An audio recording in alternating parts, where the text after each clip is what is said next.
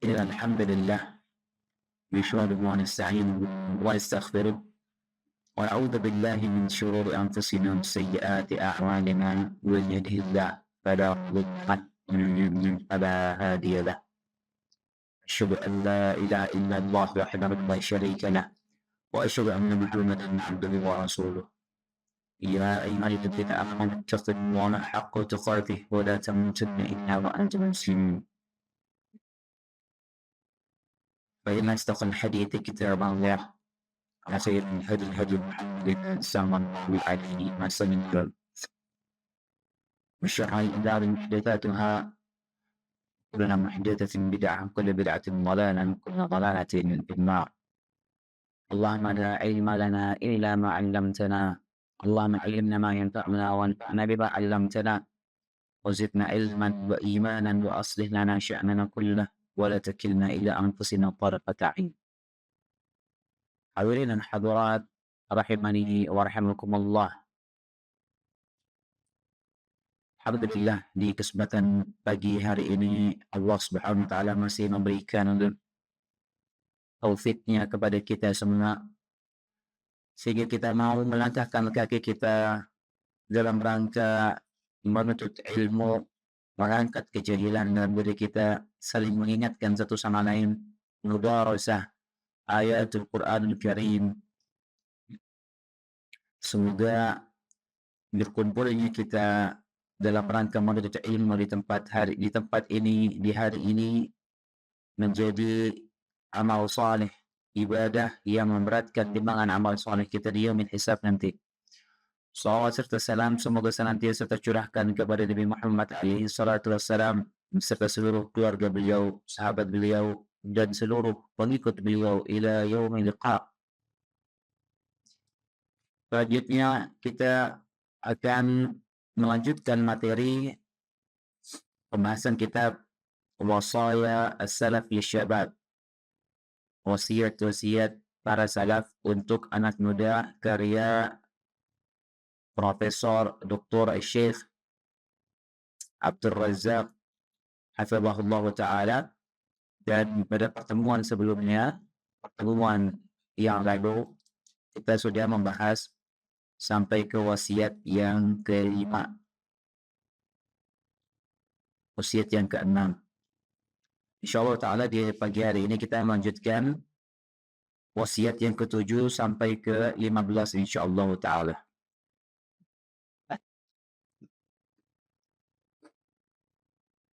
Urgensinya kita membahas pembahasan ini terkait dengan anak muda karena sebagaimana yang sudah kita sebutkan pada mukadimah pertemuan yang lalu, bahwasanya masa muda ini adalah masa-masa terpenting dalam fase kehidupan kita. Saking pentingnya fase muda ini, Nabi SAW mengingatkan tentang pentingnya memanfaatkan atau pentingnya kita untuk berhati-hati dalam memanfaatkan fase usia muda kita. Nabi SAW mengingatkan, "Ightanim khamsan qabla khamsin." Manfaatkanlah 5 sebelum datang yang 5. Di antara yang Nabi SAW sebutkan apa?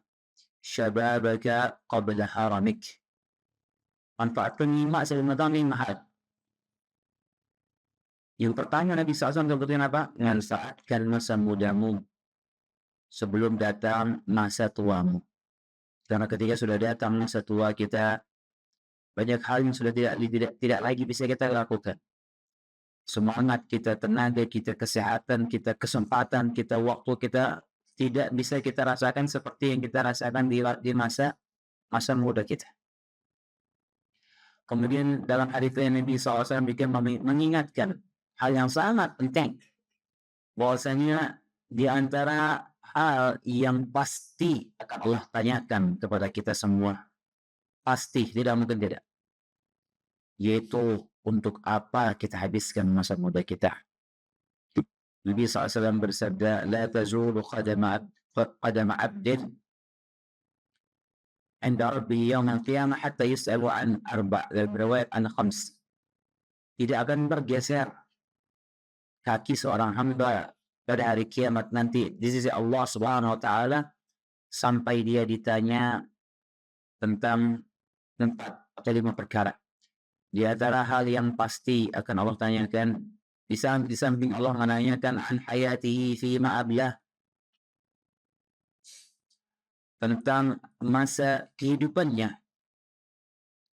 Kehidupannya dihabiskan untuk apa? An umrihi fi ma afnah. Umurnya dihabiskan untuk apa? Ini pasti akan Allah tanya. Dan lebih spesifik lagi dalam pertanyaan itu, Allah khususkan lagi tentang masa muda. Wa an syababihi fima ablah. Allah pertama tanya umurnya dihabisin untuk apa? Ini pasti kan Allah tanya, itu umur kita ini habis untuk apa ketika di dunia. Dan dalam umur kita itu mencakup dalam umur kita itu fase muda. Tapi fase muda itu Allah tanyakan lagi secara khusus. Wa an syababihi. Coba bayangkan hadir. Allah sudah tanya umurnya bisa untuk apa. Jadi Allah tanya lagi pertanyaan kedua lebih spesifik, masa mudamu dihabiskan untuk apa? Subhanallah. Nah, karena ini pertanyaan pasti ada tanya. Kira-kira kita akan menjawab apa di depan Allah Subhanahu wa taala untuk menjawab pertanyaan yang satu ini. Tapi di zaman sekarang, zaman digital, zaman media, zaman sosial media, di zaman sekarang yang banyak anak-anak muda itu subhanallah ya, yang obsesinya itu anak-anak zaman sekarang ini pengennya jadi YouTuber, pengen jadi content creator. Jadi dia obsesinya itu sampai sekolahnya, sekarang dia malas sekolah, fokus itu bikin konten. Dan ini terjadi hadirin. Dan saya sendiri saksikan. Yang mengajar, ya anak-anak yang iman dia di sekolah malas, tapi di luar sekolah, insya Allah aktif sekali. Ya, aktif konten. Dan banyak yang ambil cita-citanya seperti itu. Jadi sekolah sudah tidak dianggap penting bagi sebagian anak-anak muda. Maka hati-hati. Ya masa muda ini pasti akan Allah Subhanahu wa taala tanyakan. Dan di sini para salaf sering mewasiatkan kepada anak muda, kepada para pemuda, isi nasihat, isi wasiat kepada anak-anak muda agar mereka itu memanfaatkan masa mudanya sebaik mungkin agar dekat dengan Allah Subhanahu wa taala, agar diisi dengan ibadah ketaatan sebelum datang hari-hari di mana dia sudah tidak bisa lagi beribadah. Dan dalam kitab yang kecil ini Syekh Razak mengumpulkan beberapa wasiat para salaf kepada anak muda, dan sebagian sudah kita bahas sampai ke wasiat ke-6 ya. Sekarang kita masuk ke wasiat yang ke-7.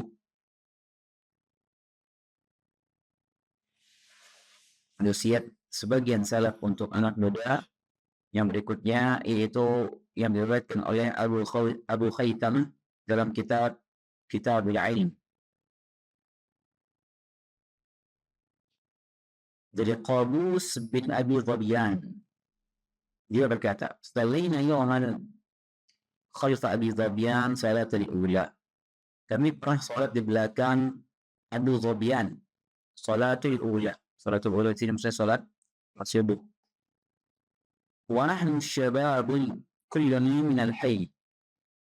Dan kami semua ketika itu masih muda, dan semua kita dari daerah setempat. Illa al-muadzin fa innahu syekh. Kecuali muazzin itu orang yang sudah tua.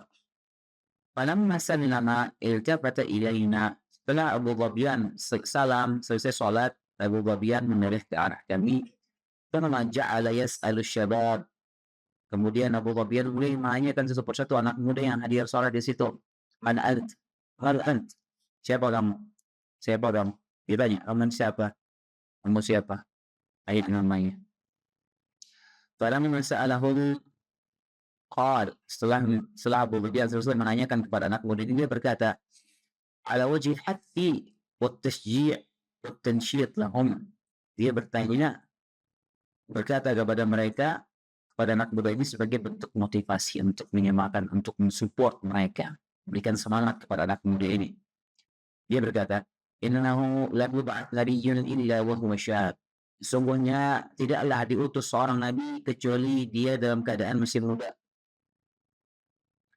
Walam yu'tal ilma khairan minhu wa huwa syab. Dan tidaklah diberikan ilmu yang lebih baik dari itu kecuali pada anak muda. Tidaklah ilmu itu paling baik diberikan kepada anak muda. Ilmu itu terbaik ketika dia diperoleh atau didapatkan oleh anak muda. Itulah ilmu terbaik. Ilmu itu ketika diperoleh didapatkan oleh anak muda. Di sini Abu Dhibyan memotivasi anak muda dengan hadir sholat ketika itu diwasilkan kepada mereka agar memanfaatkan masa mudanya untuk banyak-banyak menuntut ilmu, untuk memanfaatkan keberkahan fase muda itu. Semuda itu penuh dengan keberkahan.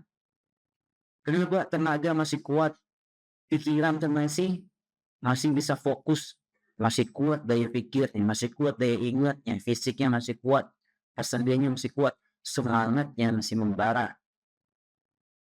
Begitulah anak muda, darahnya itu masih membara ibaratnya. Dia akan melewati fase-fase itu, hadirin. Anak muda akan melewati masa-masa itu. Di mana dia sudah tidak semangat lagi untuk melakukan ini dan itu. Di mana dia sudah tidak semangat lagi untuk melakukan aktivitas ini dan itu. Ya, karena tapi anak muda itu luar biasa semangatnya. Kita merasakan bagaimana ketika umur ibaratnya masih muda-muda, masih syabab, masih ibaratnya ABG gitu lah. Baik. Sebelum menjelang 20-an sama awal-awal 20-an itu luar biasa ya.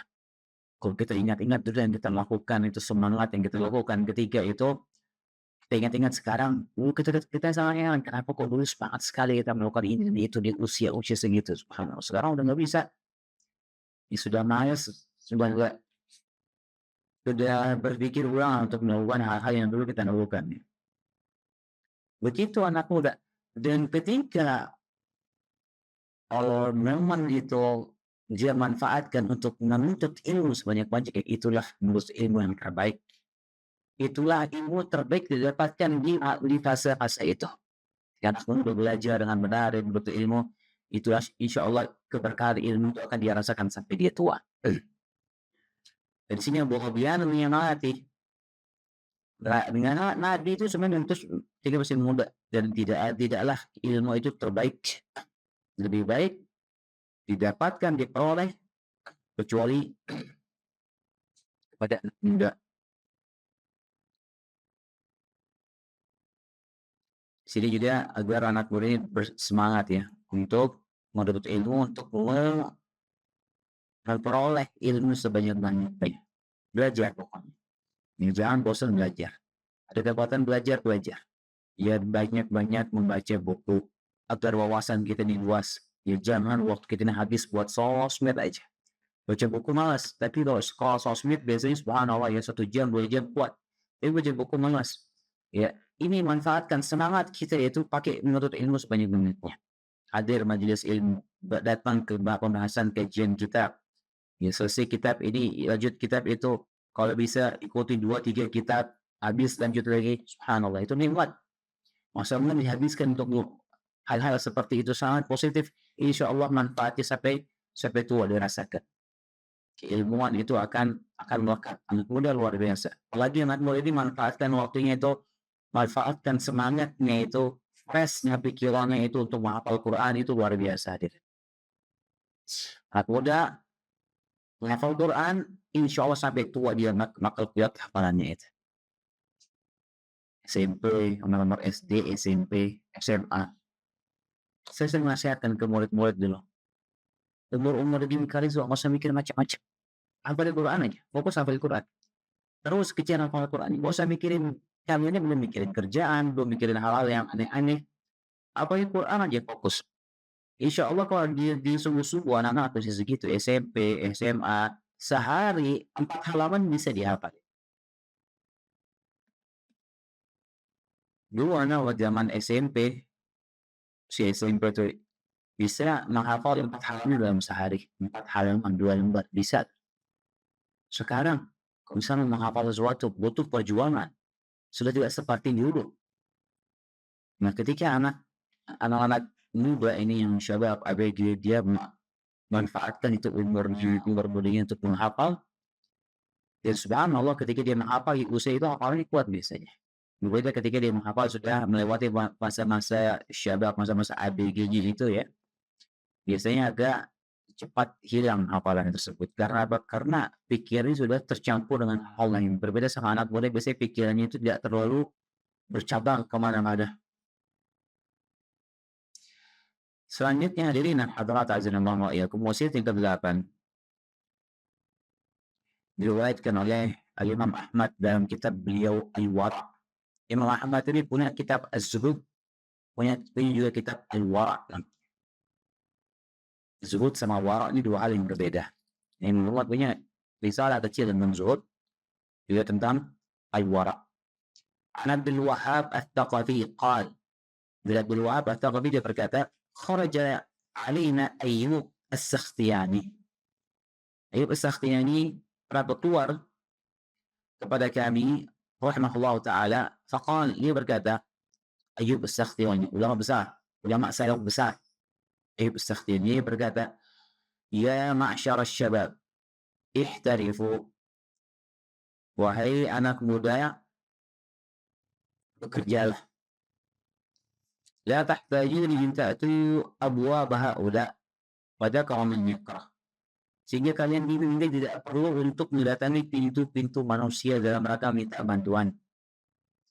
Di sini Ayyub As-Sakhtiyani mewasiatkan kepada anak muda agar anak mudanya memanfaatkan usianya, di samping menyibukkan diri dengan menuntut ilmu, sisihkan juga waktu untuk mencari nafkah untuk dirinya sendiri. Anak muda ketika dia punya kesempatan, punya peluang untuk bekerja, untuk berbisnis, dia hendaknya memanfaatkan momen tersebut. Di samping dia fokus menuntut ilmu. Kenapa?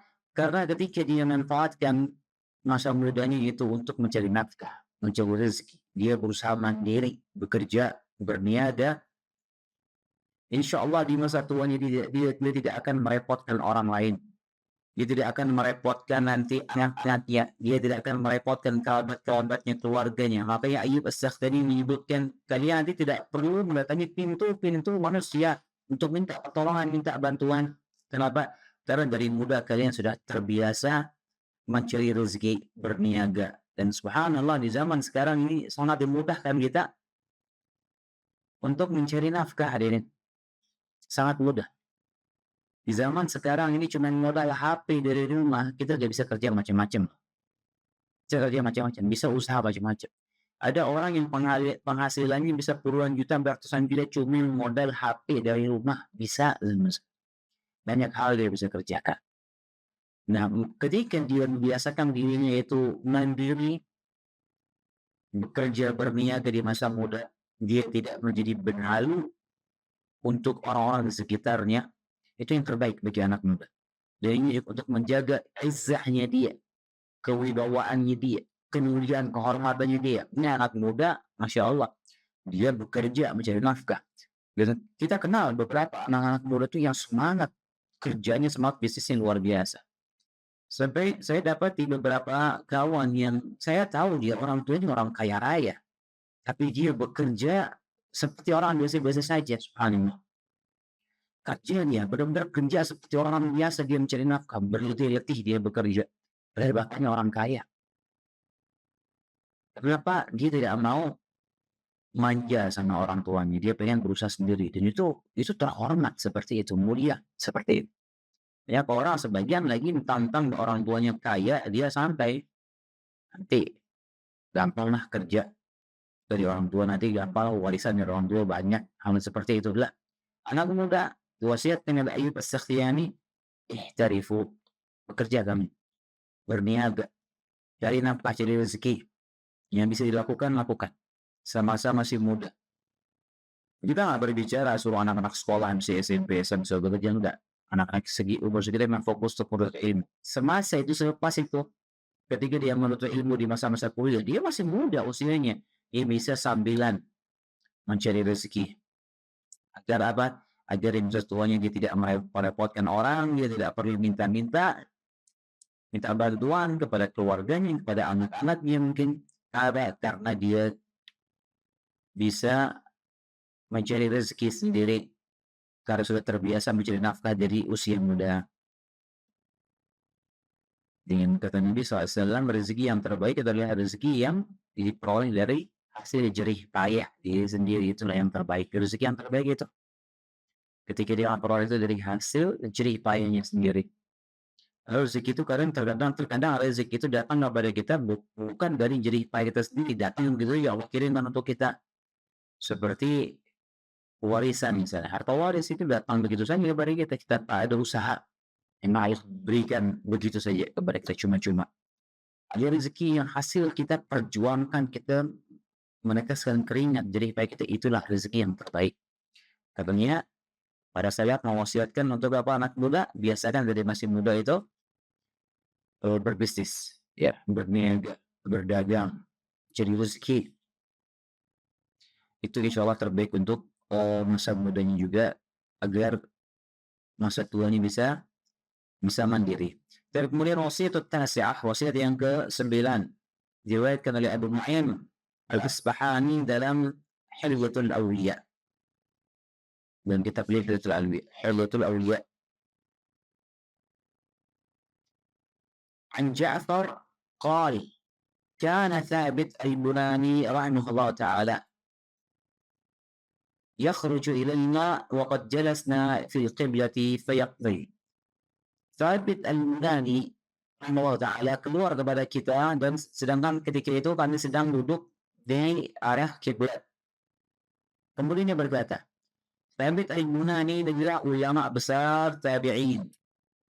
Thabit al-Bunani ini adalah sahabat dan murid dari Anas bin Malik. Lama dia bersama Anas bin Malik.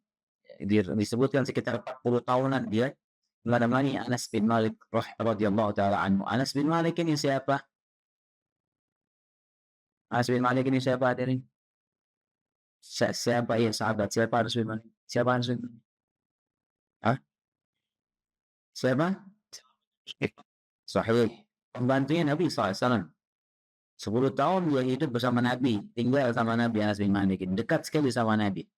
Dan usia Anas bin Malik ini panjang sekali. Nabi doakan Anas bin Malik ini supaya umurnya panjang dan keturunannya anaknya banyak. Dan didoakan Anas bin Malik anaknya banyak, umurnya panjang. Makanya disebutkan Anas bin Malik ini anaknya sampai 100 saja. Anaknya 100. Dan umurnya panjang. Sampai masa ketika Al-Husain radhiyallahu anhu terbunuh di Karbala itu, dia masih hidup dia. Terus dia masih hidup, tapi tua dia. Sampai dia punya kambing sendiri, keluarganya semua isinya itu. Nah, Thabit al-Bunani ini sahabatnya Anas bin Malik. Tapi dia tabi'in, dia tidak bertemu sama Rasulullah SAW. Dia murid daripada sahabat. Dia mewasiatkan, dia berkata kepada anak muda yang ketika itu anak muda ini lagi sedang duduk-duduk di masjid di arah kiblat. Berkata, fayaqul, Thabit al-Bunani berkata, ya ma'syar syabab, hintun baini wa baina rabbi an asjuda lahu. Wahai anak muda, kalian menghalangiku antara diriku dengan Rabbku ketika sujud. Wakana qad hubbiba ilayhi as-salah.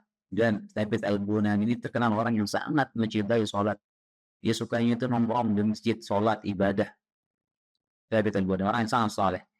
Berkata kepada anak muda ketika itu, dia mendapati sebagian anak muda lagi sedang duduk-duduk di masjid dekat di arah kiblat, dekat tempat dia lagi sholat. Kemudian mengganggu, berisik. Dan ini kita dapati ya sampai sekarang, sampai saat ini sebagian anak muda ya kalau ketemu itu kadang tidak mengenal tempat, sudah asik ketemu sama kawan-kawan, ngobrol seru. Sampai di masjid pun demikian terkadang. Dari di zamannya Thabit al-Bunani anak muda seperti itu, ketemu sama teman-temannya di masjid, lupa sama kesakraran masjid. Dia apa? Ngobrol, ngibur-ngibur, berisik, mungkin suaranya sampai mengganggu orang-orang yang sedang ingin fokus ibadah di masjid. Di antaranya Thabit al-Bunani. Sehingga disebutkan, wahai anak muda, insyaallah kalian menghalangiku dengan pautku jika aku sujud. Sini Thabit ingin mengingatkan kepada anak muda, ketika kumpul-kumpulnya itu lihat-lihat tempat, lihat-lihat momen.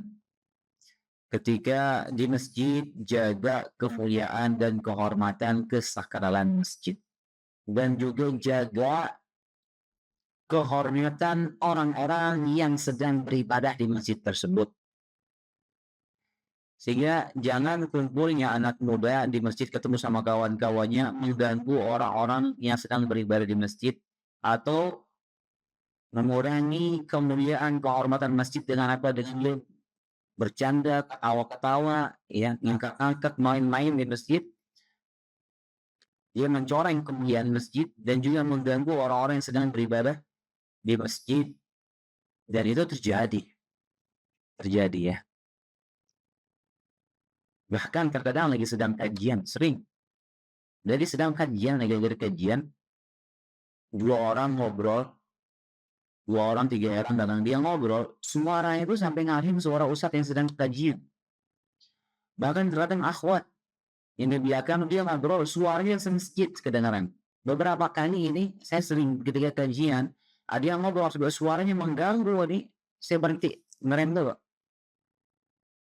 nggak ngomong sampai ini dia berdua berarti ngobrol dulu saya lanjut bisnis. Seperti kadang perempuan seperti itu tidak boleh seperti itu, dia tempat apalagi di tengah kajian dia ngobrol terus suaranya ngalahin suara ini ustadz yang sedang jalan. Jadi beberapa kali saya sendiri mengalami demikian di tengah-tengah kajian.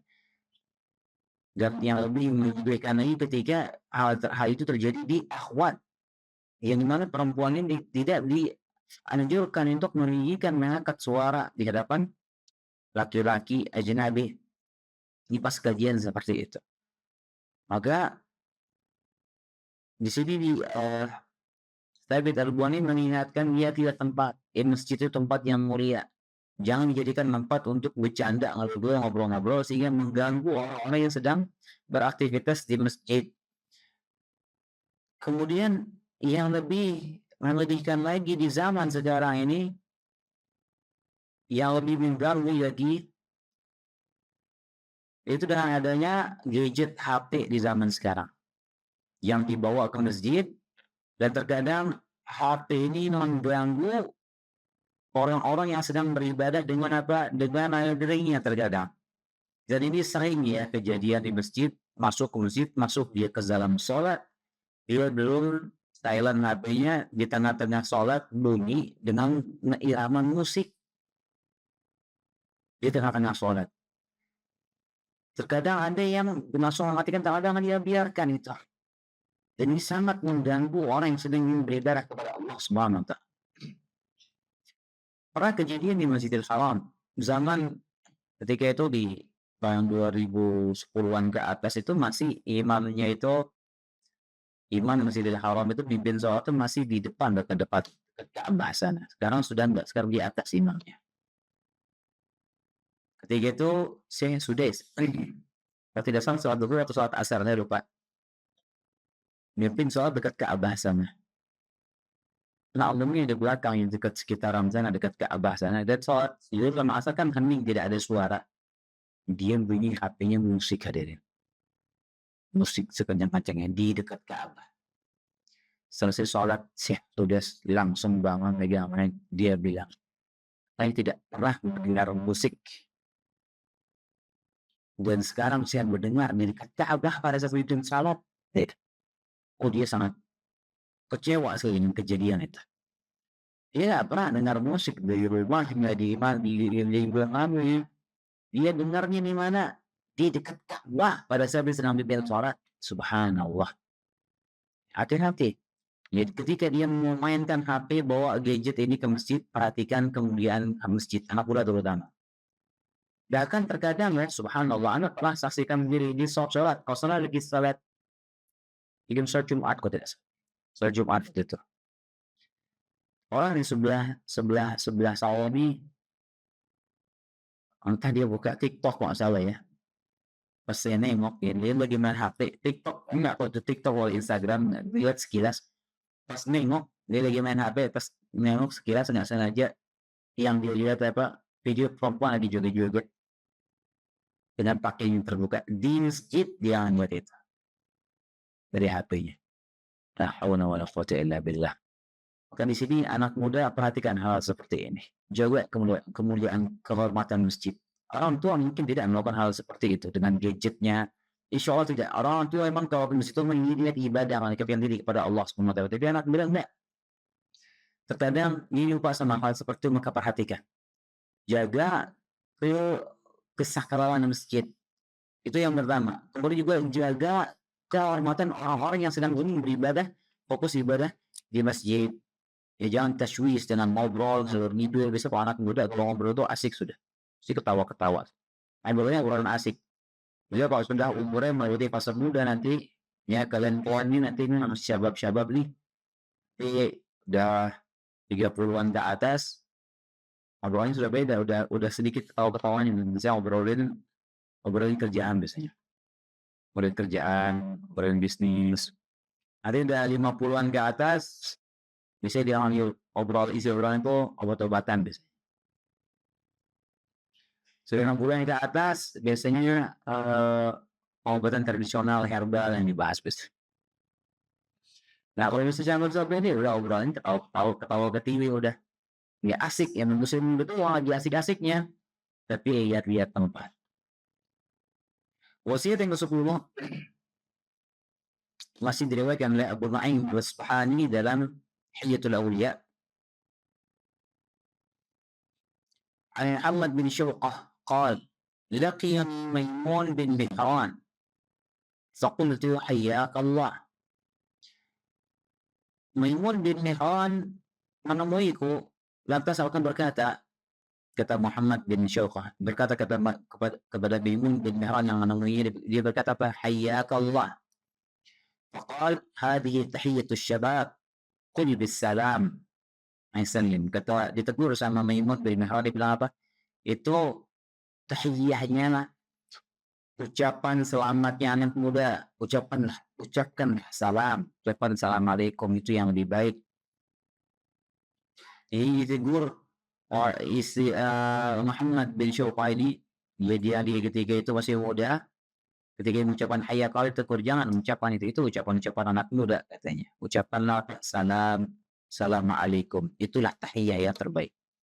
Karena disebutkan dalam hadis Nabi SAW, riwayat Abdul Sunni dalam Amr Yawm Mulailah, dan ini hadis disahihkan oleh Syekh Al-Albani, man bada' bil kalam qabla salam fala tujibuh.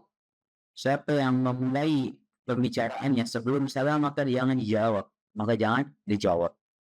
Jadi ucapan salam ini yang terbaik. Ketika kita mengucapkan tahiyah kepada orang lain ketika baru bertemu, ucapkan assalamualaikum. Ini yang terbaik. Nah, kenapa ditegur Muhammad bin Syuqah? Kenapa? Karena dia tidak mengucapkan salam, dia mengucapkan hayyakallah, dan kata Maimun bin Mihran, ini ucapan anak muda. Kenapa? Karena anak muda itu biasanya anak muda, apalagi sama kawan-kawan sejawat, sama kawan-kawan satu servernya, satu gengnya, biasanya mereka punya ucapan-ucapan tahiyah yang mereka nyaman dengan itu, punya style masing-masing. Ya kadang kalau ketemu teman-teman, ya ketemu kawan-kawan, ya apalagi sahabat-sahabat, bilangnya apa? Ahlan, keke bahar. Belum lagi, what's up bro? Insyaallah. Nah itu ucapan anak muda, dia nyaman dengan hal seperti itu, tapi tinggalkan itu. Kembali ke tahiyatu al-jannah, tahiyahnya kaum muslimin. Diwajarkan oleh Nabi SAW apa? Ucapan apa? Assalamualaikum. Walaupun kita sudah terlalu asik sama orang ini, sahabat dekat sekali udah, ketemu tetap assalamualaikum warahmatullah. Baru habis itu bilang ahlan, keke, bekhair, kif hanak. Mau pakai apa? Kayak WhatsApp bro, how you doing? Dah apalah bahasa Islam anak-anak gaul itu, serah. Tapi salam dulu. Ya. Bisa anak muda ya punya ucapan tahiyah masing-masing ya. Dia nyaman dengan itu biasanya, meninggalkan salam, dan ini kurang tepat. Diwasiatkan kepada anak muda ini oleh Maimun bin Mihran, tinggalkan ucapan-ucapan syabab seperti itu dan ucapkanlah assalamualaikum. Kemudian wasiat al-11, wasiat yang ke-11,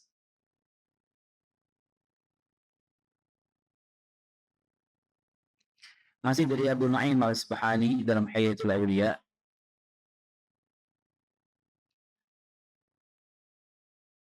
An Abi Malih qala lana Maimun bin Mihran, dari Abu Malih berkata, Maimun bin Mihran yang tadi, yang sebelumnya, berkata kepada kami, wa nahnu hawlahu, dan kami ketika itu berada di sekitarnya, ya ma'asyara syabab, quwwatukum ij'aluha fi syababikum wa nasyatukum fi ta'atillah. Wahai anak muda, kekuatan anak muda kalian ini gunakanlah di masa-masa muda kalian. Kekuatan kalian manfaatkan untuk masa muda kalian ini. Wa nasyatukum, dan semangat kalian, spirit anak muda ini, gunakanlah untuk ketaatan kepada Allah Subhanahu wa taala. Dia berkata kepada anak muda. Kemudian Maimun bin Mihran berkata kepada orang tua di sekitarnya, ya ma'syar syuyukh, wahai orang-orang yang tua, hatta mata, mau sampai kapan? Mau sampai kapan kalian lalai? Mau sampai kapan kalian jauh dari Allah Subhanahu wa taala? Dia mengingatkan kepada anak muda pertama, kekuatan kalian, anak muda punya kekuatan, manfaatkan kekuatan masa muda kalian ini sebaik-baiknya, dan semangat kalian itu gunakanlah untuk ketaatan kepada Allah Subhanahu wa taala. Tadi saya sebutkan, anak muda itu semangatnya luar biasa, hadirin. Yang semangat yang dirasakan anak muda di fase-fase ABG-nya yang mungkin usia 17 ya, 17, 18, 19, 20, 21, 22, 23, ini luar biasa. Dulu kita di umur segitu, umur masih muda-muda yang semangat-semangatnya, kita bisa naik motor itu 100-200 kilo, satu motor bertiga nih, boncengan tiga, jalan 100-200 kilometer ke gunung. Sekarang coba suruh begitu, syukron ya dikali. Dan kita mikir dulu, kok saya bisa pasti itu dulu mampu berpenjara seperti itu. Bismillah, ya Allah yang syih, bertiga di motor, ya Allah yang syih, bismillah. Ada masalah pakai helm, kan? Bertiga di motor yang kita tempuh ini 100-an kilo loh. Mending motornya motor besar, motor kecil-kecil gitu, motor bebek kecil gitu, jalan. Coba sekarang suruh jalan naik motor 100 kilo, syukur. Dulu semangat seperti itu. Nah, kata Maimun bin Mihran, semangat kalian itu begitu semangat membawa anak muda menggunakan untuk ketaatan kepada Allah SWT. Semangat kalian itu pakai buat jalan di masjid, pakai buat duduk di majelis ilmu. Seharusnya kuat duduk di majelis ilmu berjam-jam, bukan kuat naik motor seharian buat jalan-jalan. Nah, itu semangat yang membara seperti itu cuma ada di usia-usia muda. Pakai untuk ketaatan kepada Allah Subhanahu wa taala. Manfaatkan itu. Karena akan datang masa semangat itu sudah tidak ada lagi, hadirin. Semangat yang membara itu sudah lewat.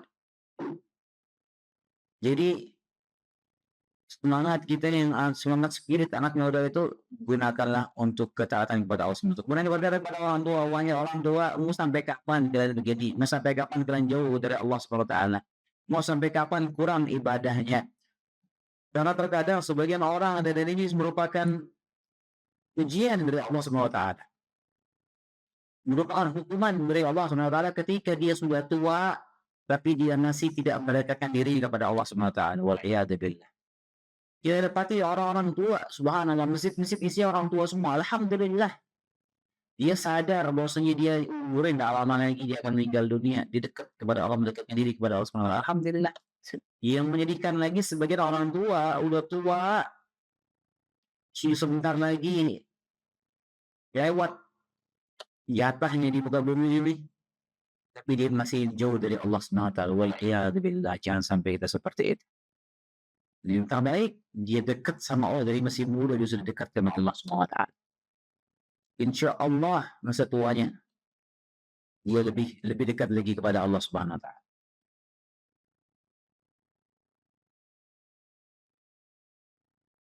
Kemudian wasiat yang ke-12. An Firyabi qal, dari Firyabi berkata, kana Sufyan ats-Tsauri, Sufyan ats-Tsauri seorang ulama ahli hadis, ulama besar, ulama salaf, rahimahullah taala, yusalli thumma yaltafitu ila asy-syabab fayaqul. Sufyan ats-Tsauri salat, kemudian setelah salat dia menoleh ke arah anak muda dan dia berkata, Sufyan ats-Tsauri berkata kepada anak muda di salat, dia nengok ke arah anak muda berkata, idza lam tusalli al-yawm famata. Berkata kepada kuda, wahai anak muda, kalau kalian tidak sholat sekarang, ayo kapan kalian mau sholat? Anak muda kalau tidak memanfaatkan masa mudanya untuk memperbanyak sholat, jaga sholat berjamaah hanya di masjid, berbanyak sholat sunnah, lalu kapan mau sholat? Kata Sufyan ats-Tsauri. Sini Sufyan ats-Tsauri, ulama besar, ulama yang sangat terkenal, wasiatan kepada anak muda untuk memanfaatkan masa mudanya, umur mudanya untuk ketaatan kepada Allah Subhanahu wa taala, khususnya dia menjaga salatnya. Kenapa? Karena kalau dia tidak memanfaatkan usia mudanya ini, keberkahan mudanya, kesehatan fase mudanya ini untuk mendekatkan diri kepada Allah Subhanahu wa taala, dia akan datang masa di mana dia sudah tidak bisa lagi beribadah kepada Allah sebagaimana mestinya. Kalau di usia muda, di mana badannya ini masih sehat, sendi masih sehat, semangatnya masih membara, tenaganya masih kuat, dia tidak pakai untuk memperbanyak sujud kepada Allah Subhanahu wa taala, akan datang waktu di mana dia sudah tidak bisa sujud lagi kepada Allah Subhanahu wa taala. Dan ini terjadi hadirin. Banyak orang yang dia mungkin belum terlalu tua, tapi karena sudah terkena gangguan kesehatan, dia sholatnya sudah di kursi. Dia mau sujud udah nggak bisa. Padahal usianya mungkin masih 40-an, 50-an, 60-an, sujud sudah nggak bisa. Dan subhanallah, antum tanya orang-orang yang sudah lama ini usia di kursi, nggak bisa sujud, nggak bisa sholat dengan sempurna, nggak bisa sholat dengan moral, antum tanya coba orang-orang yang sudah lama seperti itu, coba tanya. Pasti mereka rindu untuk meletakkan wajahnya ini, jidat ini ke lantai untuk sujud kepada Allah SWT. Dan ini ada dapati orang-orang seperti itu. Jadi sudah nggak bisa lagi, badannya udah nggak bisa lagi sholat sebagaimana mestinya. Badannya sudah nggak bisa lagi sholat dengan sempurna dalam masalah kesehatan. Sehingga dia sholat di kursi, nggak bisa sujud. Yang merindukan apa? Dia rindu ingin meletakkan wajahnya di lantai untuk sujud kepada Allah SWT. Jadi ini anak-anak dapati orang yang berbicara seperti itu kan. Pengen bisa sujud lagi. Pengen bisa sujud kepada Allah SWT. Ada orang di Saudi. Dia umurnya udah lumayan. Dia cacat dari lahir. Jadi badannya kecil. Dia cuma bisa rebahan aja nih. Kayak stroller gitu dia. Karena dia emang cacat, badannya kecil. Dia nggak bisa ngapa-ngapain, cuman di stroller aja gitu. Tapi dia pinter orang Saudi. Dia bilang apa? Dia usah diwawancari. Yang paling saya rindukan apa? Yang paling cita-cita saya apa? Cita-cita banyak. Cita-cita terbesar saya apa? Saya pengen bisa sujud. Itu yang dia cita-citakan hadirin. Dia sujud, dia cacat. Pengen sujud. Makanya Sufyan ats-Tsauri berkata, ini anak muda, kalau sekarang nggak sholat, kapan mau sholat? Nunggu nanti sudah nggak bisa ruku, nggak bisa sujud dengan sholat, baru pengen sholat. Makanya manfaatkan masa mudanya ini untuk mendekatkan diri kepada Allah. Sholat wajib, jaga sholat 5 waktu, perbanyak sholat sunnah. Dan pun kondisinya masih sehat, bisa sujud, bisa memperbanyak sujud kepada Allah SWT. Tidaklah seorang hamba sekali sujud kecuali akan diangkat 1 derajat, dihapuskan 1 dosa darinya. Semakin banyak orang sujud kepada Allah SWT, maka dia akan semakin tinggi surganya. Seorang sahabat bertanya, wahai Rasulullah, Nabi SAW bertanya, minta sesuatu. Kata sahabat ini, as'aluka murafaqataka fil jannah. Aku minta agar aku bisa menemanimu di surga, ya Rasulullah. Berat sekali permintaannya. Nabi SAW surganya surga yang paling tinggi.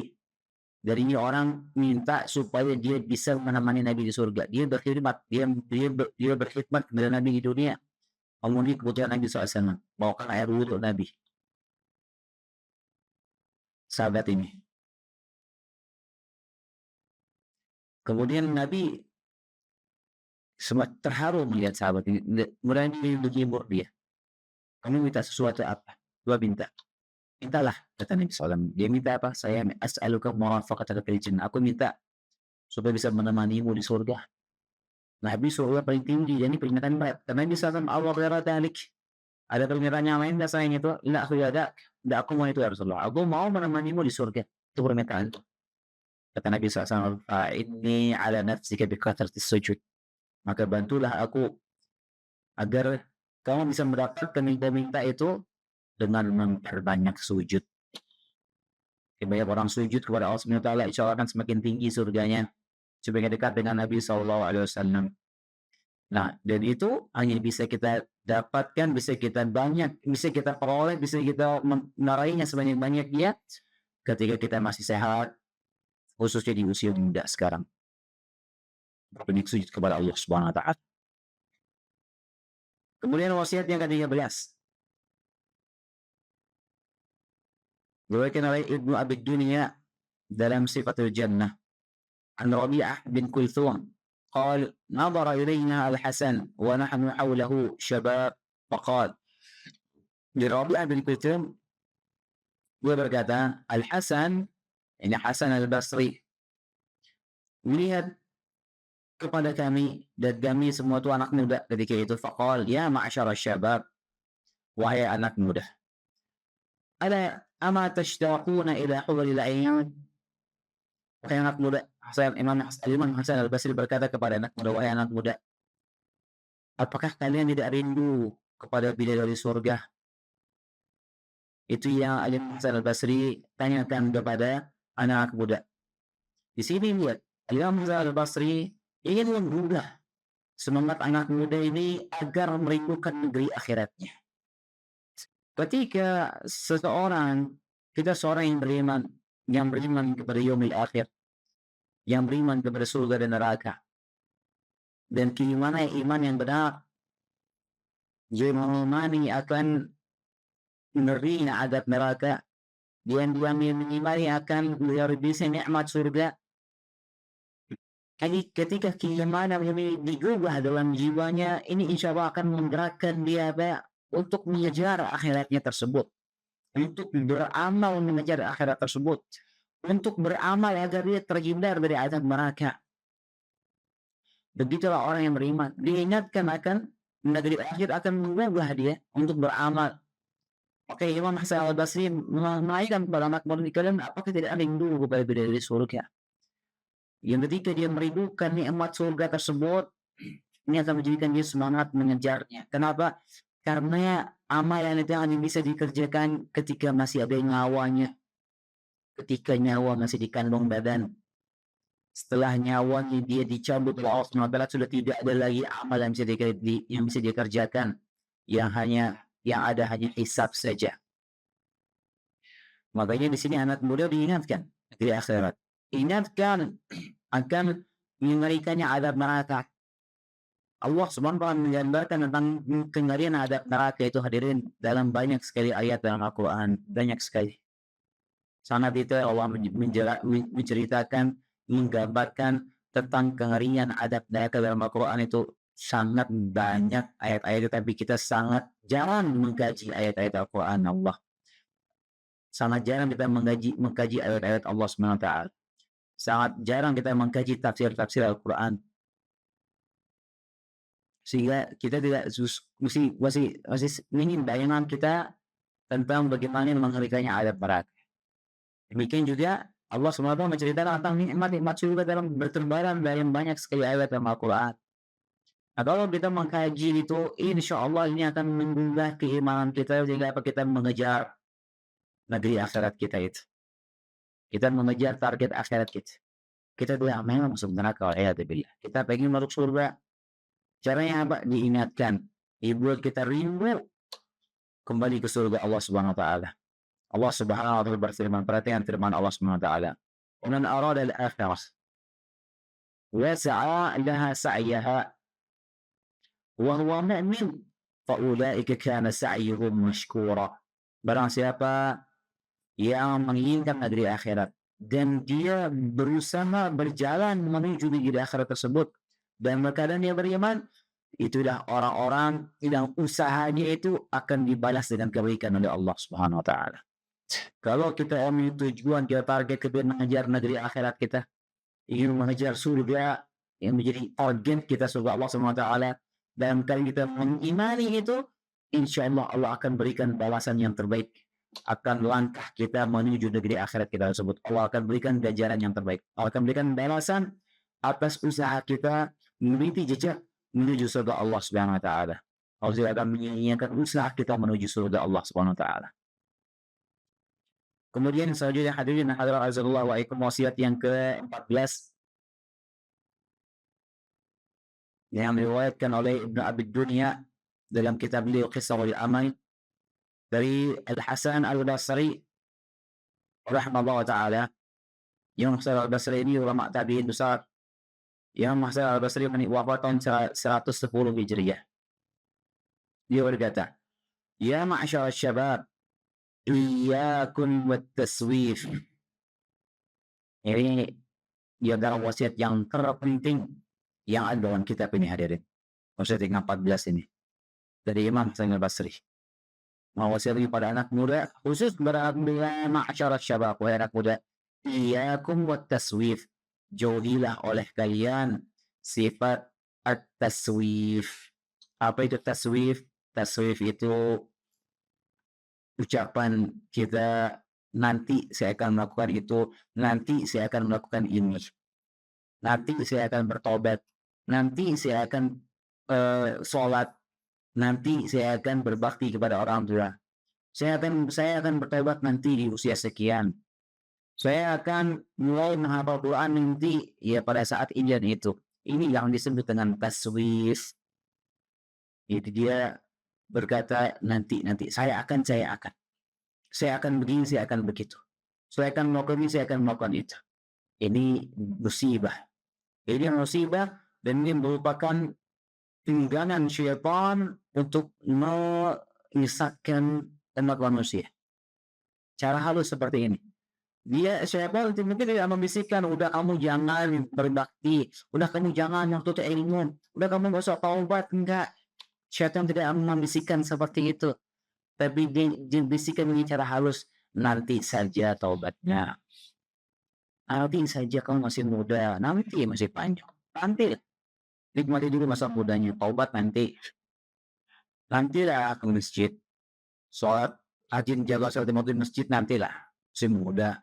Nanti kalau sudah umur 30-an lah, orang tuamu masih muda, nantilah berbakti. Kalau sudah agak-agak tua, ya berbakti. Begitu syaitan menjerumuskan manusia dengan taswif dari ini musibah. Karena Imam Hasan Al-Basri mengingatkan apa? Jauhilah oleh kalian taswif ini. Itu ucapan saya akan melakukan ini, saya akan melakukan itu. Ya, dan ini cara syaitan menyelewengkan kita dari jalan yang hak, di taswif, sampai apa? Sampai hilang keberkahan muda kita nanti, ditunda dia terus. Ketika terbesit di benak kita untuk kembali, untuk bertaubat kepada Allah Subhanahu wa taala, muncullah bisikan-bisikan taswif ini. Udah nantilah, musim muda, belum juga tua, enjoy lah masa mudanya. Di hasilnya apa? Dia menunda taubat. Nantilah taubat yang umur segini, nanti di umur 30 deh, di umur 30 taubat. Bisikan-bisikan datang. Ya udah, akhirnya apa? Umur 29 tewas deh, diwafatkan oleh Allah Subhanahu wa taala. Jadi bahaya, hadirin, sangat berbahaya, musibah besar ketika seorang terkena penyakit taswif ini. Nanti saya akan melakukan ini, nanti saya akan melakukan itu. Ini bencana. Enjoy taswif, terutama ketika dia menunda taubatnya. Hati-hati, itu jebakan syaitan. Taubat jangan ditunda-tunda. Ketika terbesit di benaknya untuk bertobat, segera bertobat kepada Allah Subhanahu wa taala. Ketika terbesit di benaknya ini untuk Coba untuk memaksimalkan bakti kepada orang tua segera lakukan itu. Jangan ditunda-tunda. Karena kita tidak tahu umur kita. Kita tidak tahu umur orang tua kita. Kita akan kehilangan keberkahan masa muda kita kalau kita menunda-nunda kebaikan seperti itu.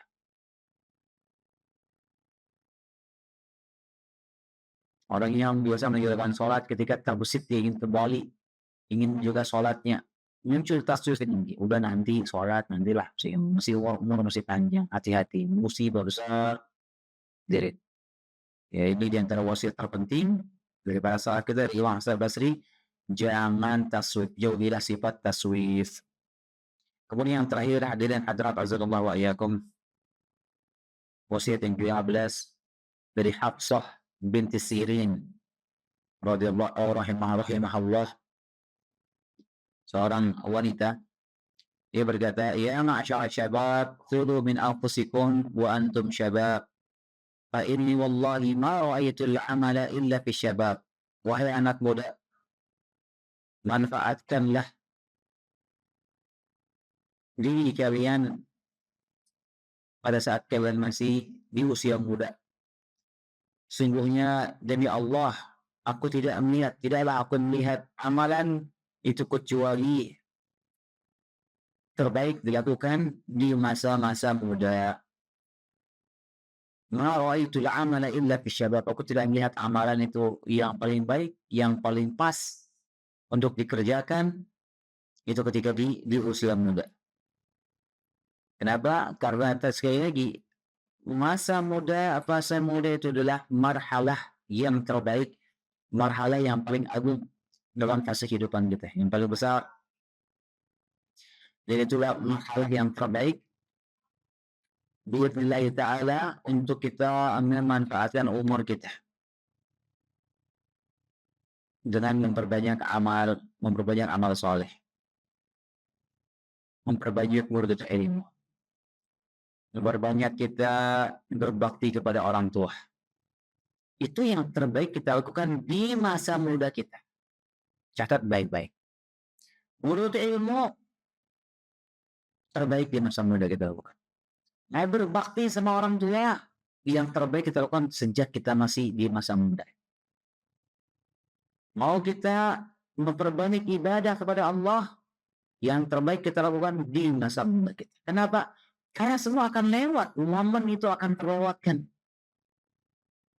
Kalau kita tidak berbakti di usia muda kita kepada orang tua kita, bisa jadi tidak lama orang tua kita meninggal dunia. Kita akan terlewat momen itu. Kalau kita tidak menuntut ilmu di fase muda kita ini, bisa jadi daya ingat kita sudah sangat menurun.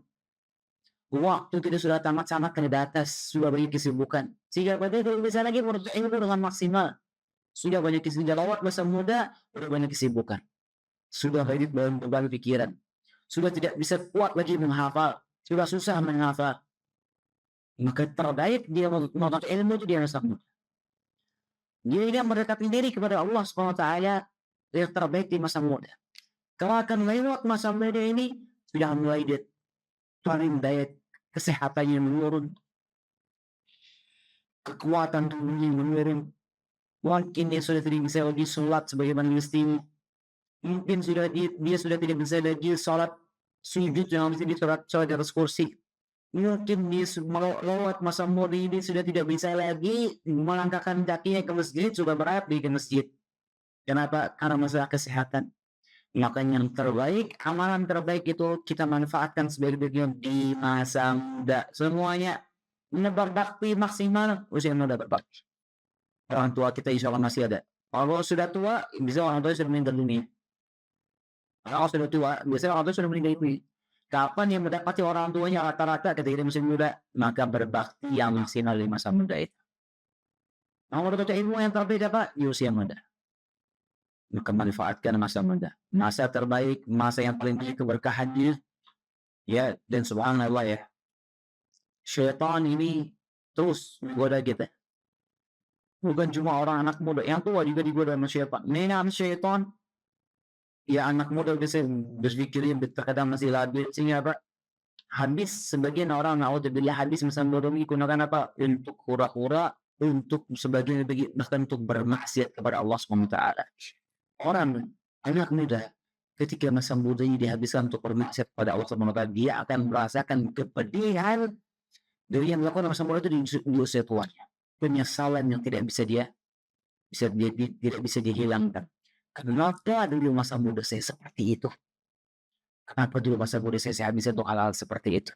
Penyesalan ini sangat menjadikan seorang menderita, sangat pedih dirasakan penyesalan itu. Dan itu biasa dirasakan ketika masa mudanya dihabiskan untuk hal sia-sia, terlebih lagi kalau masa muda dihabiskan untuk hal-hal yang maksiat kepada Allah Subhanahu wa taala, wa iyadu billah. Dia akan rasakan penderitaan ketika dia masa muda dia tidak memanfaatkan momen muda ini, dia tidak manfaatkan untuk kebaikan, dia akan merasakan penderitaan di masa tuanya. Penderita dia. Semua momen itu terlewat semuanya. Nggak bisa lagi dilakukan. Ini ada apa? Hanya penyesalan dirasakan di masa tuanya. Waliyadzubillah. Maka tidak salah para salaf mewasiatkan hal seperti itu, dan anak muda penting sekali untuk kita renungi. Ya, karena anak muda juga butuh dirangkul. Anak muda dirangkul. Ya, seperti anak muda yang lagi semangatnya, lagi lalainya, dia rangkul, diajak, saling mengingatkan, buat komunitas sesama seperti ini, komunitas kajian anak muda, sangat positif sekali. Ajak kajian. Hari Ahad biasanya pengen liburan, kajian, luar biasa. Top, sayup semua anak muda yang seperti itu. Liburan biasanya pengen jalan-jalan, tapi mereka bikin kajian. Itu luar biasa. Kami mengatakan, ayo bikin kajian, ajak kawan-kawan. Masya Allah. Ya, rasakan nanti manfaatnya di masa tuanya. Tapi kisah tutup kajian di pagi hari ini insyaallah taala dengan mengutip riwayat dari Imam Hasan Al-Basri rahimahullah taala. Ketika itu Imam Hasan Al-Basri bertemu dengan seorang yang sudah lumayan tua, tapi dia dapati si orang tua ini sangat kurang. Dia mendapati dia lalai, banyak lalainya, banyak kurangnya, sangat jauh dari Allah Subhanahu wa taala. Kemudian Imam Hasan Al-Basri bertanya kepada orang ini, "Kam tablugh min as-sanawat? Kam umruk?" Berapa umurmu wahai saudaraku? Kata orang ini, 60 sana, 60 tahun. Kemudian Hasan Al-Basri berkata, "Aw ma 'alimta annaka fi tariqin qad awshakta an tablugha nihayatah?" Tidakkah engkau tahu, wahai bapak, bahwasanya saat ini engkau berada di tengah jalan yang kau sudah hampir menyampai sampai ke ujung jalan tersebut. Artinya kamu ini sudah di tengah jalan, sudah hampir datang ajalmu, wahai bapak tua. Kenapa kau masih lalai? Kata orang ini, bahasa seperti itu. Tidakkah engkau tahu bahwasanya engkau berada di tengah jalan yang kau sudah hampir sampai ke ujung jalan, hampir sampai endingnya? Kata orang ini, kata si yang bapak umur 60 tahun ini, inna lillahi wa inna ilaihi raji'un. Kemudian Imam Hasan Al-Basri bertanya, "Atadri mana tafsiruh? Hal ta'rifu tafsir hadhihi al-kalimah?" Apakah kamu tahu apa maknanya, apa tafsir kalimat yang kamu ucapkan barusan, inna lillahi wa inna ilaihi raji'un itu? Kata orang ini. Kemudian Hasan Al-Basri berkata, "Inna lillahi wa inna ilaihi raji'un. Inna lillahi 'abdun." Sungguhnya kami ini milik Allah, kami ini adalah hamba milik Allah. Wa inna ilaihi raji'un, dan kami semua pasti akan kembali kepada Allah Subhanahu wa taala. Ai inna ilaihi raji'un, kita ini akan pulang kepada Allah Subhanahu wa taala. Fa idza 'alimta annaka lillah 'abdun wa annaka ilaihi raji'un, kalau seandainya kamu sudah tahu bahwa kamu milik Allah dan kamu akan kembali kepada Allah, fa'alam annahu sa'iluk, maka ketahuilah Allah pasti akan bertanya kepadamu. Wa idza 'alimta annahu sa'iluk fa'idda lil mas'alati jawaban. Dan kalau kamu sudah tahu, sudah sadar bahwasanya kamu pasti akan kembali dan pasti akan ditanya kepada Allah, maka siapkanlah jawaban di hadapan Allah Subhanahu wa taala. Kemudian si bapak ini menyadari bahwasanya kekurangan yang selama ini dilakukan. Dia akhirnya sadar setelah dinasihati sama Imam Hasan Al-Basri, dia sadar bahwasanya selama ini dia banyak kurang, sebanyak jauh dari Allah Subhanahu wa taala. Kemudian dia berkata, "Omal hilah." Kalau gitu apa solusinya wahai Imam? Kasih tahu kepadaku apa solusinya? Kata Imam Hasan Al-Basri, "Al-hilatu yasirah." Solusinya sangat mudah. Qala Allah ya, apa solusinya? Kemudian Imam Hasan Al-Basri berkata, "Ahsan fima baqi yaghfiruka laka fima mada." Yaghfiruka laka ma mada. Perhatikan. Kamu perbaiki apa yang tersisa dari umurmu sekarang ini. Perbaiki sekarang sisa umurmu, maka insya Allah Allah akan mengampuni apa yang sudah lalu dari umur. Subhanallah. Kemudian kata Imam Hasan Al-Basri, فإنك إن أسأت ما بقي أخذت فيما بقي وما مضى. Sebaliknya, kalau kamu tidak memperbaiki diri sekarang di usia 60 tahun ini, kemudian kamu masih melakukan keburukan di sisa umurmu, maka Allah akan menghukum keburukan yang kau lakukan sekarang dan keburukan semua yang kau lakukan di umurmu yang sebelumnya. Subhanallah. Solusinya tadi kepada orang tua, perbaiki sisa umurmu sekarang, diperbaiki, insya Allah Allah ampuni yang sudah. Kalau enggak, Allah akan sisa semuanya yang sisa umurnya dan semua sudah dilakukan di sebelum-sebelumnya. Wallahu taala alam. Semoga yang singkat ini bermanfaat. Demikian yang bisa kita kaji. Kurang lebihnya saya mohon maaf. Jika ada yang bertanya, saya persilahkan.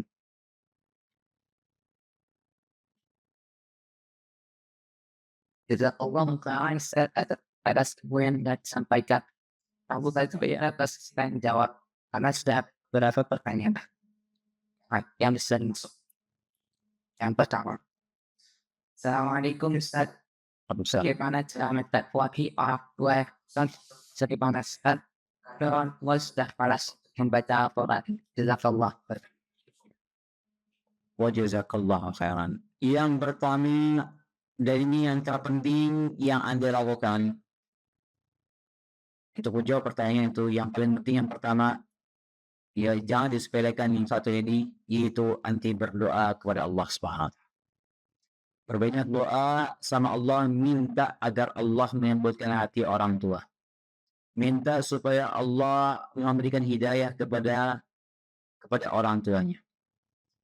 Minta agar Allah Subhanahu wa taala memudahkan orang tuanya kembali dekat dengan Allah. Rajin membaca Al-Quran, rajin sholat, dan seterusnya. Kenapa?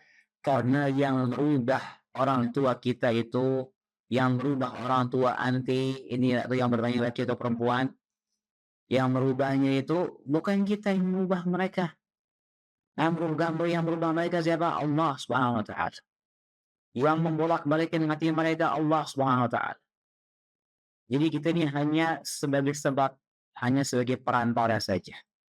Kita hanya bisa berusaha, yang menentukan hasilnya hanya Allah Subhanahu wa taala, karena Allah lah yang membolak-balikan hati manusia.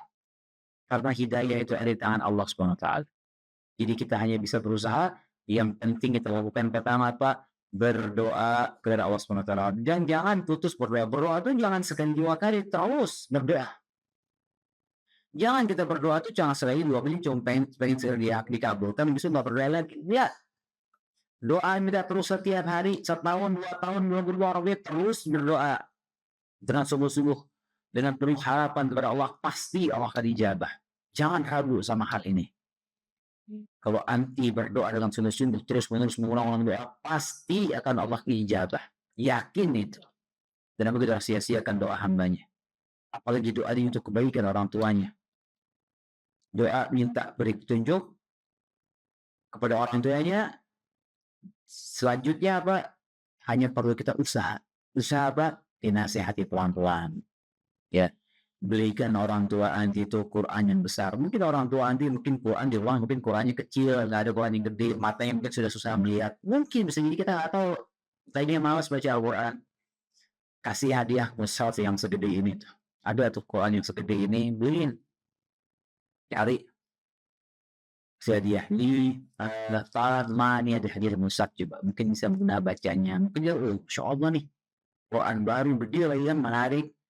Bisa jadi dengan cara seperti itu tergerak, coba deh baca deh, kayaknya asik nih baca gede. Kita nggak tahu. Tempuh cara-cara seperti itu. Yang penting pertama tadi doa sama Allah SWT. Iya, hati kita di tangan Allah SWT. Allah yang mengembalikan. Allah yang bisa sekejap mata, Allah menjadikan orang tua nanti bisa berbalik 180 derajat bisa. Allah yang menentukan. Kita hanya bisa usaha saja. Ya, nah, usaha bisa kita lakukan apa? Sehati, dengan baik diajak, ya dengan lembut tentunya, berikan Al-Quran yang besar, ya kasih mushaf yang gede, berikan tempat tuh, tempat buat naruh mushaf tuh kayak buat tempat naruh kayak orang nyanyi itu kan biasanya ada tempat buat naruh teksnya itu yang gede, itu tuh biasa buat naruh Al-Quran, jadi biar nyaman, buat nyaman. Kasih coba beliin itu, insya Allah dibaca Pak. Ya, yang penting dengan lembut cara ngajaknya nasihat, jangan dengan kasar arogan, jangan. Orang tua itu punya kehormatan, punya kemuliaan, apalagi sama anaknya. Orang tua itu gimana pun, walaupun anak itu jauh lebih berpendidikan dari dia, tetap orang tua itu tidak boleh kita seakan-akan menggurui. Jangan jangan kita seakan-akan menggurui orang tua kita dengan nada-nada seperti menghardik. Jangan seperti itu. Jaga kemuliaan orang tua, tetap dengan lembut, santun, menasehatinya. Wallahu taala alam. Quite dissimilar. So yeah, so nice. I do good the fun but Assalamualaikum so ghost dan pada style maybe my pop so I don't pop sama lain. Apabila orang sudah tercium dari jarak pencahayaan seperti 40 tahun, apakah bau neraka juga akan tercium dari jarak yang jauh juga sekeluar saya bawa ke bagus. Jazakallah khairan. Wallahu taala alam. Ya, sejauh sepengetahuan saya tidak akan menemukan dalam teks syar'i, karena keterbatasan ilmu saya biasanya ada aroma neraka seperti surga disebutkan dalam banyak hadits. Wallahu taala tidak ditemukan seperti itu konteks dan ilmunya. Yang ada tuh bau surga, emang banyak sekali hadis yang menyebutkan bau surga, wangi surga itu tercium dari jarak sekian dan sekian. Barang siapa yang melakukan ini itu dia tidak akan mencium bau surga, seperti itu. Itu banyak hadisnya. Tapi kalau dalam neraka, dalam konteks tentang neraka, Allah Taala mana tidak belum pernah menemukan konteks seperti itu ya. Tentang baunya neraka. Yang ada tuh hawa panasnya, dalamnya neraka, luasnya neraka itu banyak ya. Tapi kalau baunya Allah Taala Anda tidak tahu. tidak pernah menemukan konteks dalilnya. Allah Taala. Allah. Coba iya. Assalamualaikum. Sallallahu alaihi wasallam. Sedikit yang pada aban tuhan ya berarti jazakumullah khairan. Wajazakallah khairan. Kiat-kiat agar semangat salat berjamaah di masjid, di antaranya antum sering-sering atau perbanyak baca tentang keutamaan fadilah salat berjamaah di masjid. Ini di antara yang terpenting ya. Karena tadi kita membaca keutamaan tersebut, ini insya Allah akan mengubah kita untuk semangat salat berjamaah di masjid, dan fadilahnya banyak sekali. Mungkin kita butuh satu pengajian untuk membahasnya. Bayangin setiap langkah kita dihitung pahala. Diangkat derajat kita setiap langkah. Belum lagi dari perjalanan orang mau sholat berjamaah sampai dia selesai sholat, itu seakan dia sambil menunggu sholat, itu seakan dia melaksanakan sholat pahalanya. Dia duduk menunggu sholat.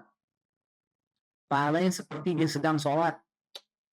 Kemudian ketika dia salam, ini di antara sebagian kecil aja yang saya sebutkan. Ketika dia salam, assalamualaikum, Saksi sholat itu malaikat mendoakan semua orang sholat berjamaah. Allahumma ighfir lahu Allahumma arham. Allahumma ighfir lahu Allahumma arham. Terus didoakan semua malaikat. Siapa yang tidak pengen didoakan ampun oleh malaikat Allah Subhanahu wa taala? Syekh bin Baz menyebutkan orang kok tahu diri ini banyak dosa, dia pengen ampunan Allah Subhanahu wa taala, sering-sering sholat berjamaah di masjid. Karena malaikat akan mendoakan ampunan untuk orang yang sholat berjamaah di masjid.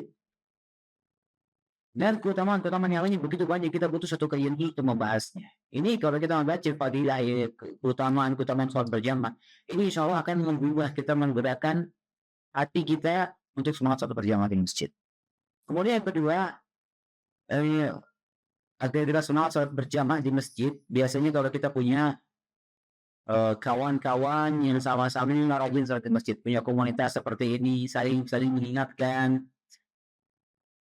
mengingatkan kita untuk sholat berjamaah, insya Allah kita akan semangat sholat berjamaah di masjid.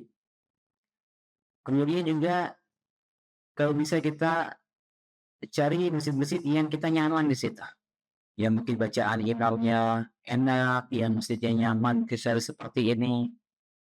Datangi masjid-masjid seperti itu, apalagi kalau dekat rumahnya ada masjid seperti itu, insya Allah itu juga akan menjadikan dia semangat sholat berjamaah di masjid. Ya, dan istiqomah dia ketika dia berusaha istiqomah menjaga sholatnya, insya Allah dan istiqomah menjaga sholat jamaahnya. Karena apa? Karena amalan tersebut ini akan menjadikan imannya stabil.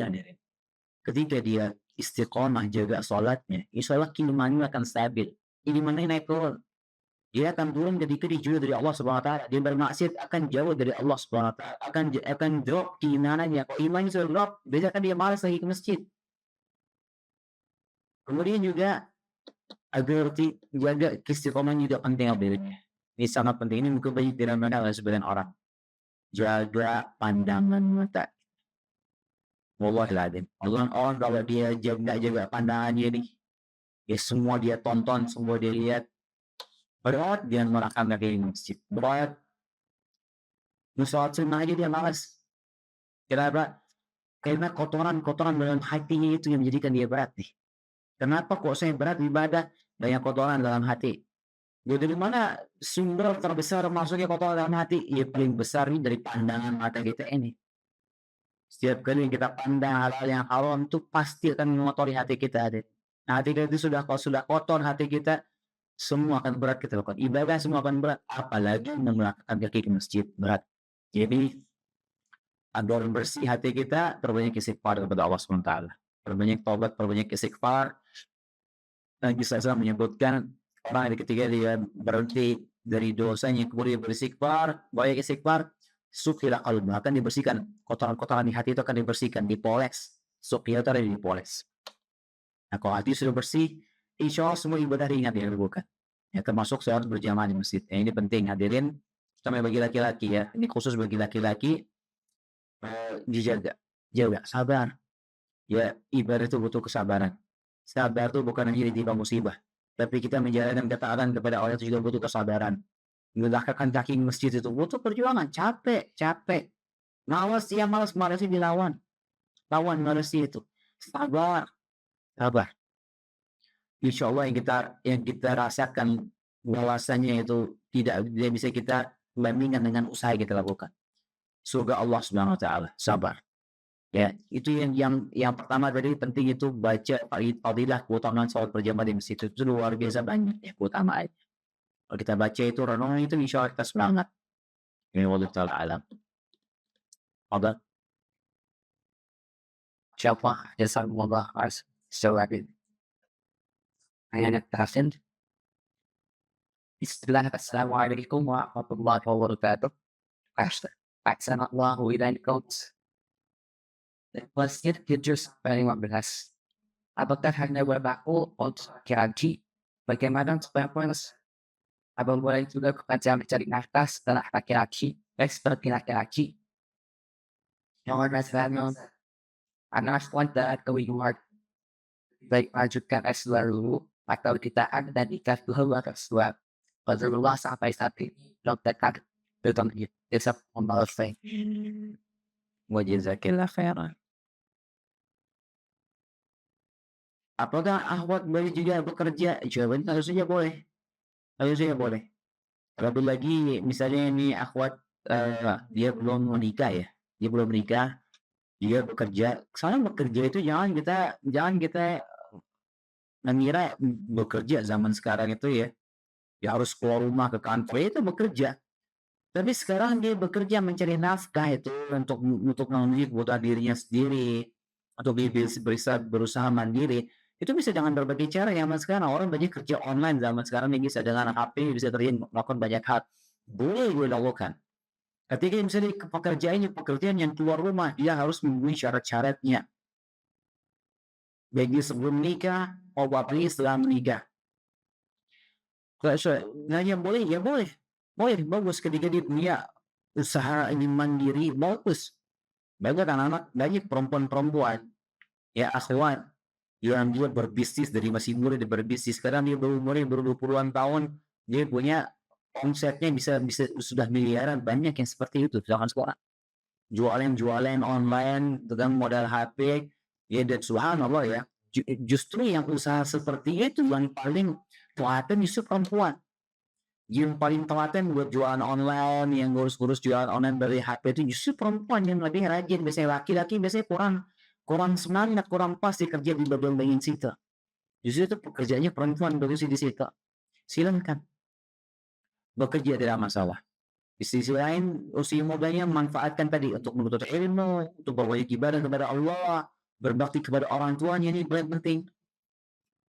Sampailah dia mencari nafkah untuk dirinya, mungkin dengan nafkah yang buat dari hasil pekerja itu dia bisa bantu orang tuanya, dia bisa menafkahi orang tuanya, bagus. Perempuan tidak masalah, bagus saja. Nah, apakah mau lanjut S2 atau mau nikah? Ya, bagaimana baiknya ya? Kalau misalnya sudah ada yang melamar, nanti sudah selesai S1, sudah ada yang melamar mau menikahi anti, sebaiknya fokus dengan pernikahan anti dulu. Karena itu ibadah besar, anti lo berkeluarga, berkhidmat kepada suami, nanti ketika punya anak, mentarbiyah anak itu luar biasa, datang pahala yang begitu besarnya. Nah, ketika nanti misalnya belum ada yang menikahi, ingin lanjut S2, orang tua yang mengizinkan Anda lanjut S2, silakan lanjut S2, tidak masalah. Karena itu modal besar anti pendidikan itu insya Allah untuk kehidupan kedepannya. Allah Ta'ala alam. Mungkin demikian. Sudah ada pertanyaan lagi ya? Saya udah habis pakai. Saya tidak asis kuis. Sesi kuis. Ada yang nanya nih.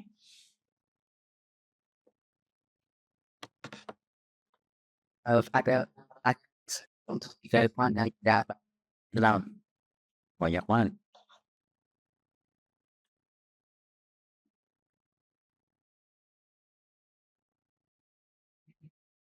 Baik.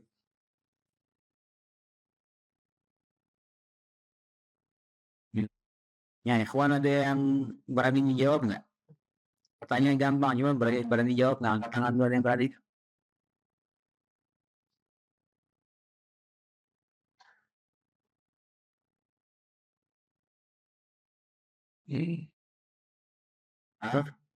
Ada yang begini angkat tangan. Baik, sekarang tadi anak menyebutkan Al-Imam Hasan Al-Basri itu wafat tahun berapa? Ada yang mencatat ya?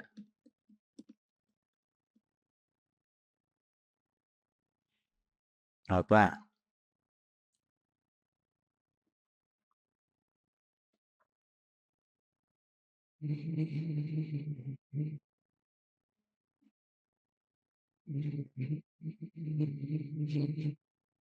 pertanyaannya dapat kafat dulu.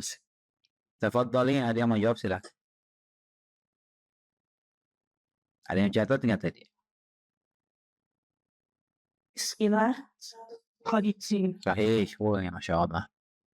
Oh, ini mencatat atau googling barusan ya? Mana hadiahnya? Hadiahnya apa? Umrah ya? Hadiahnya mana ini? Cuma 3 ini hadiahnya. Oh, di Akhwat ada ya?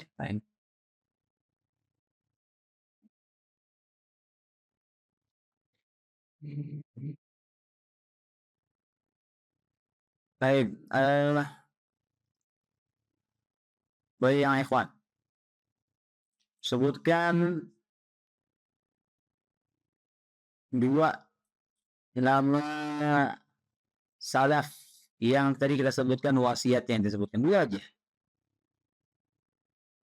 Ada 2, coba 2 yang tadi kita sebutkan nama yang berulang-ulang, coba siapa yang jawab?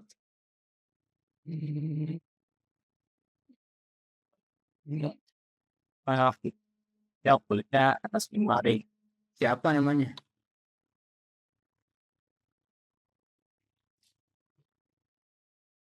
Baik, Sahih. Itu nama ya pemilik kitab Hilyatul Auliya, bukan, dia nukil.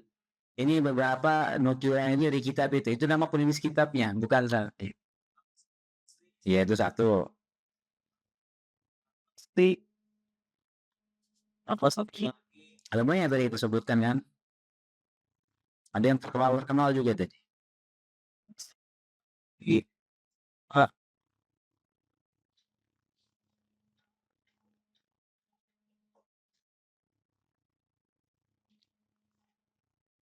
Siapa? Sahih.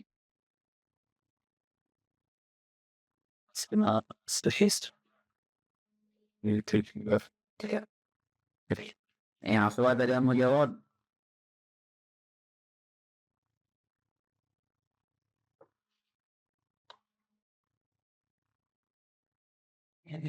Ada yang mau jawab nggak? Terus Tafadhali. Sufyan Thawri Saya Al-Basri Ridwan bin Ismail bin Meron Sahih. Ya, Sufyan Ats-Tsauri, ulama terkenal. Ya, tafadhali. Kan dari kemarin akhwat gua yang jawab lah.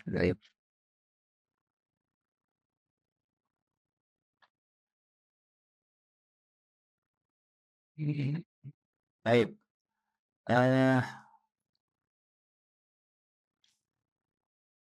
Baik, yang ikhwan, yang pertanyaan gampang. Siapa penulis kitab Wasaya As-Salaf li Syabab ini? Profesor Dr. Syekh Abdul Razak. Baik. Antum lihat di mana itu? Mau catat? Nah, ya benar. Ini ya hadiahnya ya? Yang di sini.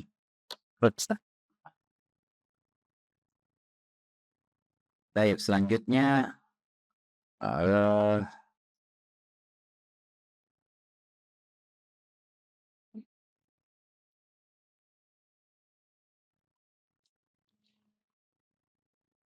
Ini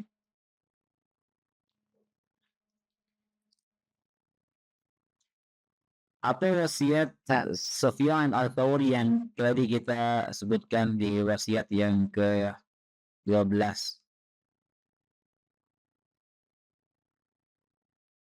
Ada yang jawab? Nih, ikhwan ada yang mencatat nih. Akhwat, baik. Antum mau jawab? Antum mau jawab? Tapi antum udah dapat hadiah barusan. Ada yang jawab kah? saya jahat kok dari sudut pada Allah. Itu bukan, itu Thabit Al-Bunani tadi. Ya, akhwat ada yang jawab? Terus pasien itu cuma memanfaatkan bersekurangnya untuk dakwah khususnya untuk menjaga soalnya. Ay, naam, sahih. Dalam tusallu al-yawm pamata, masalah salat, sahih. Dah 3 ya, akhwat jawab ya. Kami udah 3 ya, akhwat jawab.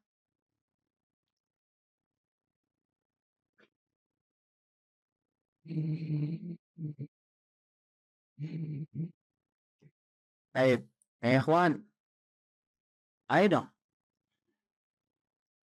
Siapa tabi'in ya tadi kita sebutkan yang merupakan sahabat sekaligus muridnya Anas bin Malik?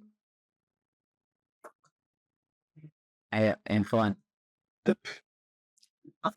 إيه. لا خطأ. لا.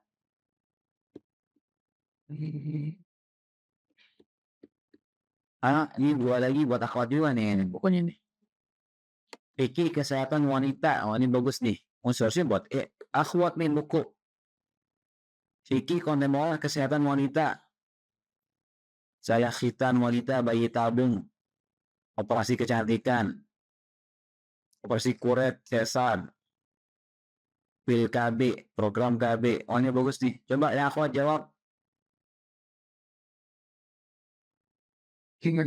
Habis sadarnya buat apa itu? Udah putus asa sama akhwat antum. Apa siapa ya akhwat tadi?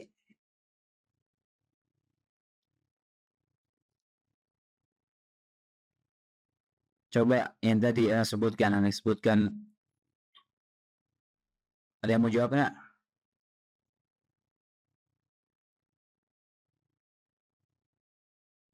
Bagus nih bukunya nih hadiahnya. Ada yang mau jawab nggak? Tafadhali.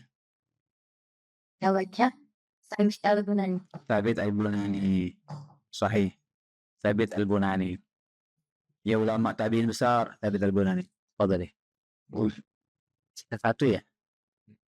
Ya satu ini ya. Pertanyaan terakhir. Tadi yang akhwat masih ada nggak hadiahnya? Udah 3 tadi udah dijawab ya. Saya antum dari pengen jawab, teman saya udahnya meleset terus. Pertanyaan terakhir, apa makna taswif yang tadi kita sebutkan?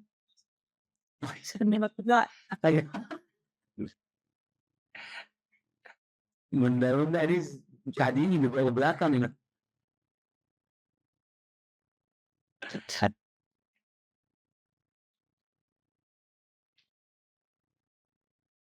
Jawab dijawab sama kasihan dari 3 pertanyaan dijawab jawabannya setengah-setengah.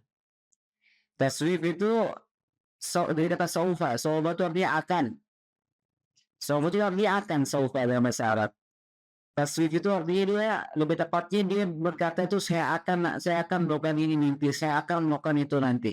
Ya bahasa simpelnya dia menunda. Ya saya akan taubat nantilah. Nanti saya taubat umur 30. Nantilah saya berbaktinya lah. Nanti orang tua saya masih sehat. Nantilah saya sholat berjamaah di masjid nanti. Nanti deh hajinya deh kalau sudah umur 50. Itu taswif istilahnya. Itu salah satu sifat yang tercela ya. Ini penyakit subhanallah, kita harus lawan. Itu bisikan-bisikan datang dari syaitan seperti itu. Ya Allah Ta'ala alam. Baik hadirin hadratatullah wa iyyakum. Demikian kajian singkat yang bisa kita sampaikan, yang bisa kita bahas di kesempatan pagi hari ini. Semoga Allah SWT memberikan kita keistiqomahan dalam menuntut ilmu. Semoga Allah SWT menjadikan kita bisa memanfaatkan usia muda kita, usia syabab kita dalam rangka mendekatkan diri kepada Allah, menuntut ilmu dengan maksimal, berbakti kepada orang tua dengan maksimal. Dan semoga Allah Subhanahu wa taala mewafatkan kita semua dalam keadaan husnul khatimah. Kita tutup dengan membaca doa kafaratul majlis. Subhanakallahumma bihamdika asyhadu an la ilaha illa anta astaghfiruka wa atubu ilaik. Assalamualaikum warahmatullahi wabarakatuh.